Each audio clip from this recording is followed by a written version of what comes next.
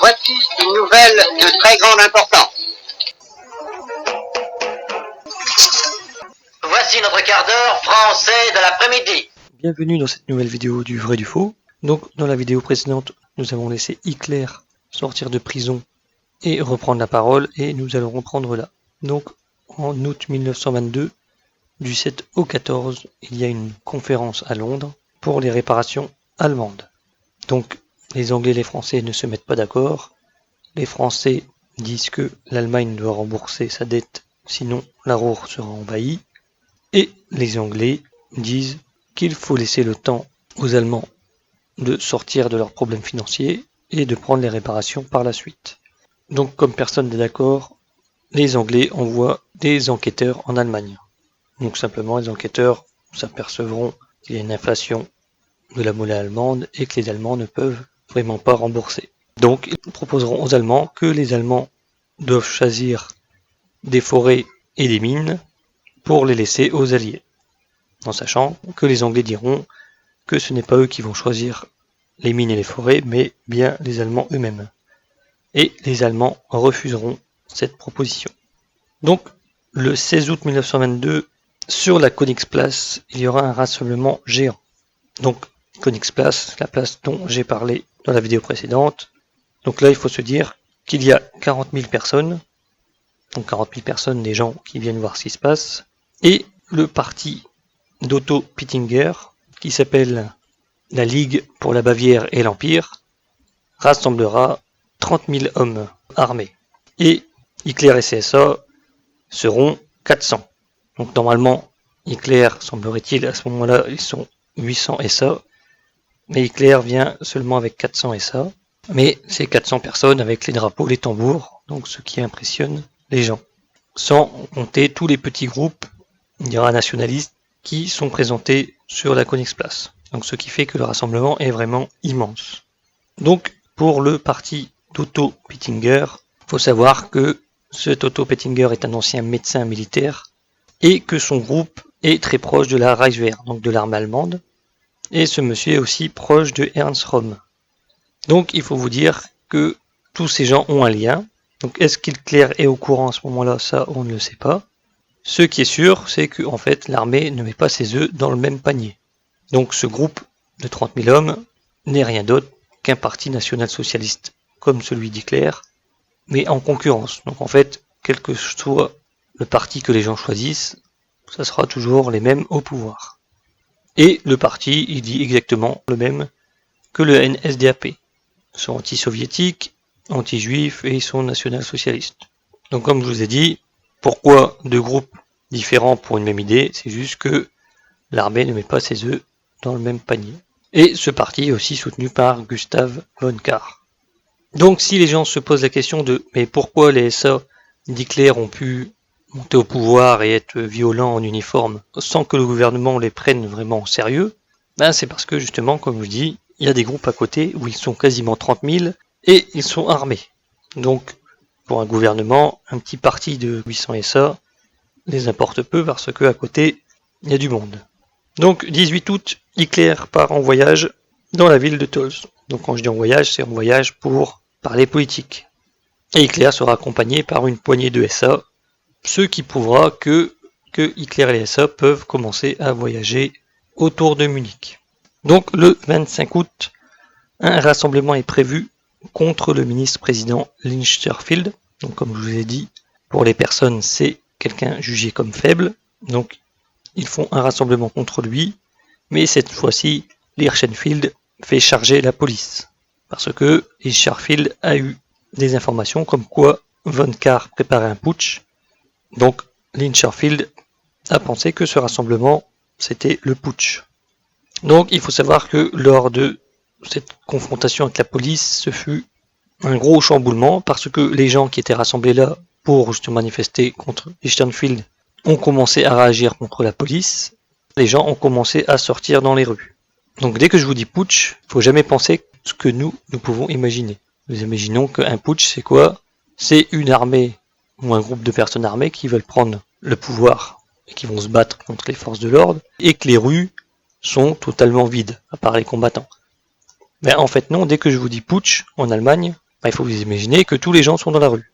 Donc ça fait un sacré foutoir. Et lors justement de cette charge de la police sur les manifestants, des communistes sortiront dans les rues pour faire du grabuge. Donc il y aura 1 millier de communistes qui sortiront en gros pour se taper. Et c'est pareil, quand je vous dis une charge de la police, faut vous imaginer que la police à cette époque, ils sont là pour taper. Donc vous avez des policiers aussi à cheval et qui chargent dans tous les sens en tapant à coups de matraque. Donc les policiers chargeront les communistes et d'un autre côté, ils demanderont à Hitler de calmer ses hommes. Donc c'est ce que Hitler fera. Il dira à ses partisans de rentrer chez eux. Donc après ce grabuge, Otto Pittinger part pour ses vacances dans les Alpes. Donc les gens sont déçus de ce personnage. Donc tout le monde pensait qu'il allait faire un putsch. Et finalement, dès que la police est venue et a tapé tout le monde, lui, il a commencé à partir pour prendre ses vacances. Donc comme Ludek dira, les gens rencontrés étaient penauds, dégoûtés et remplis de rage. Les gens diront que Hitler était le seul qui était prêt à marcher et que finalement, comme il s'est retrouvé sans alliés, il n'a pas pu aller jusqu'au bout. Donc Ludek dira, dès qu'il a trouvé Hitler, Hitler était accompagné de son fidèle garde, Ulrich Graf, et d'un grand chien. Tous les journaux étaient éparpillés sur le sol et sur la table. Quand j'ai rapporté ma rencontre avec Pittinger, il a commencé à s'extasier. J'étais prêt, mes hommes étaient prêts, cria-t-il, écartant ses bras d'un large geste et les laissant tomber désespérément sur ses côtés. Puis, ses yeux se plissèrent. J'ai appris, a-t-il déclaré. À partir de maintenant, je fais mon chemin seul, résolument seul. Même si aucune âme ne suit, c'est lâche, je le ferai si personne d'autre n'ose. Plus de Pittinger, plus de société de la patrie. Un parti, un seul, ces messieurs, ces comtes et généraux, ne feront rien. Je le ferai moi seul. Donc alors là, on peut se demander, est-ce que ce rassemblement de Königsplatz était le commencement d'un putsch? Parce qu'à l'origine, ce n'était qu'un rassemblement de partis politiques, et finalement la rumeur de putsch a éclaté, ce qui a fait que la police est intervenue.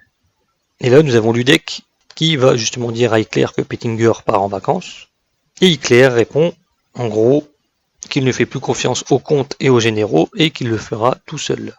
Donc on peut penser, soit Hitler veut faire bien devant Ludek en parlant qu'il était au courant du putsch, et que c'était prévu, et que finalement il est resté tout seul, donc il faut plus suivre les autres, il faut suivre lui, ou soit il y avait vraiment un putsch qui était prévu, mais comme la police a chargé, ça s'est calmé. Et Hitler a été déçu justement que le putsch n'aille pas jusqu'au bout. Donc comme je vous disais, le parti de Pittinger, c'est un parti militaire, donc avec toujours la même tête au pouvoir, et qui pour eux, le but est de mettre Gustav von Kahr au pouvoir, qui est justement toujours derrière les partis un peu extrêmes. Et Ludek dira qu'Hitler est devenu le Führer ce jour de déception, et que cet échec a également modifié son entière considération pour les grands du peuple, envers lequel il avait auparavant fait preuve d'une certaine humilité. Donc en gros, Ludek dira que c'est à ce moment-là qu'il s'est dit, tiens, je vais prendre les rênes en main, parce que tous ceux pour qui je travaille, en gros, n'en ont pas assez dans le pantalon pour aller jusqu'au bout. Donc c'est possible que c'est à ce moment-là que Hitler a commencé vraiment à réfléchir en se disant, pour aller jusqu'au bout, il faut compter que sur soi-même. C'est ce qui arrivera aussi lors du putsch de 1923. Nous y reviendrons, mais il faut savoir qu'il y a eu une sorte de petit moment de faiblesse ou de changement de plan, et Hitler a continué à aller jusqu'au bout. Et justement, Hitler dira, après ce rassemblement, que si la prochaine fois de tels événements devraient à se produire et qu'ils arriveront à une telle mise en scène, il ne capitulera pas. Il sera le leader qu'il aspire être et forcera le problème à une conclusion, peu importe ce qui arrivera. En sachant que par la suite, une enquête est faite sur les partis. Ils diront que les partis national-socialistes ont énormément de soutien et que Hitler a une personnalité assez fascinante et il ne serait pas étonnant de le voir à l'avenir tenter un putsch en utilisant l'inflation comme excuse. Il faut vous dire que déjà en 1922, les gens qui enquêtent sur Hitler commencent déjà à se dire ce mec-là sera un potentiel leader qui fera un putsch. Donc le 31 août, la commission des réparations accepte le paiement des Allemands en bons du trésor or. Donc il faut savoir que après tous les délibérés des alliés lors des commissions, les Belges et les Italiens ont proposé une idée. Ils ont dit que les Allemands devraient laisser leur or dans une banque étrangère et que si vraiment ils n'arrivent pas à fournir ce qu'il faut, les Alliés iraient se servir dans cet or. Mais quand on dit or, c'est pas vraiment l'or en elle-même, c'est des bons. Et il semblerait que c'est cette idée qui soit retenue par les Alliés et les Allemands, pour éviter justement toute intrusion des forces alliées sur le sol allemand. Donc le 18 septembre, Hitler fait une conférence au Circus Krone sur en gros la conspiration juive mondiale. Donc en gros il dira « L'internationalisation ne signifie aujourd'hui que la judaïsation. En Allemagne, nous en sommes arrivés à cette conclusion. 60 millions de personnes voient son destin reposer sur la volonté de quelques dizaines de banquiers juifs. Cela n'a été possible que parce que notre civilisation avait d'abord été judaïsée. L'affaiblissement de la conception allemande de la personnalité par des mots clés avait commencé bien avant. Des idées telles que démocratie, majorité, conscience du monde, solidarité mondiale, paix mondiale, internationalité de l'art, etc., désintègrent notre conscience raciale, engendrent la lâcheté, et donc aujourd'hui, nous sommes tenus de dire que le simple Turc est plus homme que nous. Aucun salut n'est possible tant que le porteur de désunion, le juif, a été rendu impuissant à nuire. Donc en octobre, la Société des Nations veut bien donner un prêt à l'Autriche qui doit s'abstenir de toute Anschluss avec l'Allemagne. Le 8 octobre, Julius Streicher propose à Hitler de fusionner son parti à celui du NSDAP. Donc Julius Streicher dira « Je me souviens de ma première rencontre avec Hitler. Je suis allé à Munich. Adolf Hitler y parlait. Je n'avais entendu que son nom. Je n'avais jamais vu l'homme auparavant. J'étais assis là, un inconnu parmi les inconnus. J'ai vu cet homme peu avant minuit. Après avoir parlé pendant 3 heures, trempé de transpiration, radieux, mon voisin dit qu'il pensait avoir vu un halo autour de sa tête. Et moi, monsieur, j'ai vécu quelque chose qui transcendait le vieux commun. Quand il a fini son discours, une voix intérieure m'a dit de me lever. Je suis allé sur le quai. Quand Adolf Hitler est descendu, je me suis approché de lui et lui ai dit mon nom. » Donc le 11 octobre 1922, le Völkischer Beobachter annonce le samedi 14 octobre à 8h, un train spécial pour les membres du NSDAP partira de la gare de Munich pour Corbourg. Tous les membres de la SA, ainsi que les autres membres masculins du parti, sont priés de participer au voyage. Les quartiers de Cobourg sont pris en charge. Les groupes locaux doivent apporter leur drapeau. La réunion sera certainement un souvenir inoubliable pour chaque participant. Donc il semblerait que lors de ce rassemblement, il y ait eu 650 SA et ils ont pu prendre un train affrété spécialement pour eux. Donc nous verrons aussi par la suite. Mais beaucoup de membres du NSDAP font partie des chemins de fer allemands. Pour eux, affréter un train n'est pas un problème. Donc Kurt Lüdeck dira qu'il était dans un compartiment avec Hitler, Hermann Hesser, Max Amann, Christian Weber, Ulrich Graf, Dietrich Eckart et Alfred Rosenberg. Ce fut le premier train spécial nazi à circuler en Allemagne. Le magnifique bluff de ce train spécial quand nous avions à peine assez d'argent pour louer un cheval. Un arrêt de 30 minutes a été fait à Nuremberg pour affronter Julius Streicher et une quinzaine de ses partisans. Donc comme ils le disent, c'est du bluff. Donc le fait de prendre un train, c'est pour dire que le parti a de l'argent. Et comme il dit, ils n'ont pas assez pour s'acheter un cheval. Donc comme je vous ai dit, dans tous les cas, des membres du chemin de fer allemand sont du NSDAP. Et peut-être que Kurt Lüdeck n'est pas au courant, mais l'armée finance le parti. Donc il faut savoir qu'une fois arrivé à Cobourg, les gens ne sont pas pro-nazis, sont même plutôt contre le parti nazi, et il y a de nombreuses bagarres. Kurt Lüdeck encore dira « Le groupe a commencé avec des bannières volantes, précédées de 8 Bavarois fidèles. Ils avaient leurs massues et couteaux en caoutchouc cachés. Nous avons avancé. Hitler et nous, 7 dans son entourage, ont suivi les porte-drapeaux. Et derrière nous, on déplacé les 700 hommes. Là, nous avons rencontré une grande tempête d'insultes d'une foule rassemblée par les communistes. Déçus par notre succès, ils nous ont lancé toutes sortes de noms. Nous étions des assassins, des bandits, des criminels, des voyous. » Gottfried Smith, un SA, dira « À la caserne des pompiers, ils étaient prêts à nous retourner les tuyaux, mais ils ne l'ont tout simplement pas fait. Cependant, des pierres ont commencé à voler. Ensuite, les choses sont devenues plus chaudes. Les communistes nous ont attaqués avec des tiges de fer et des gourdins. Cela allait un peu trop loin. Hitler se retourna, fit fleurir son bâton de marche, c'était le signal, et nous nous jetâmes sur nos assaillants. Nous n'étions pas armés, mais nous avons mené un si bon combat que dans les 15 minutes, il ne restait plus de communistes. Ils ont fait pleuvoir sur nous des tuiles de toit et des fenêtres, et ont déchiré des pavés pour des missiles. J'ai reçu un coup de tonnerre sur la tête qui devait être soigné avant de pouvoir continuer. Je n'ai découvert par la suite que la blessure était grave. Au début, la police n'a pris aucun parti, attaquant tout le monde avec une vigueur impartiale. Mais bientôt, probablement parce qu'ils partageaient notre aversion enthousiaste pour la populace de rue, la plupart d'entre eux ont pris notre parti, et peu de temps après, nous étions les maîtres du terrain. Une fois les fracas terminés, je n'aurais pas échangé mes propres bleus contre des médailles. J'avais senti jusque-là que les SA ne m'acceptaient pas tout à fait. Maintenant, j'étais l'un d'eux. Voyant que l'on se bagarre aussi bien dans un costume anglais que dans des vêtements de mauvaise qualité, ils m'ont pardonné mon tailleur. Donc, vous pouvez voir que ça commence déjà à cogner pas mal.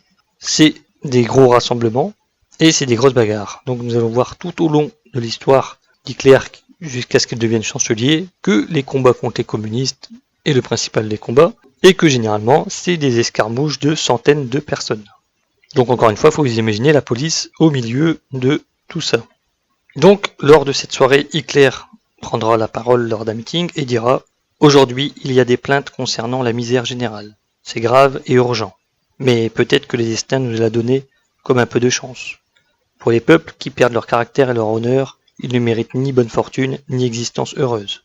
Aujourd'hui, la soi-disant prospérité serait un malheur. On oublierait toute humiliation. Il n'y aurait plus à se plaindre de la France si tout allait bien pour nous. Notre peuple ne mérite pas encore de bien terrestre. Le slogan qui dit que l'économie en tant que telle pourrait nous élever doit être abandonné. Ce n'est pas l'économie qui construit un État, mais plutôt un peuple qui crée sa propre économie. Jour après jour, nous devons prêcher à tous les Allemands un changement de caractère. Depuis que le monde a existé, l'histoire a été faite par des minorités. L'Allemagne et l'Europe s'effondreront à moins qu'une force ne se lève qui défende la vérité et la conscience. La connaissance scientifique ne nous sert à rien aujourd'hui, mais la foi à la place. Notre symbole n'est pas l'identification d'une organisation, mais plutôt une bannière de victoire. Il volera et devra voler au-dessus du palais de Berlin et de la cabane des paysans. La résurrection, par la disposition à agir, est notre réponse pour la grande patrie allemande qui s'en vient.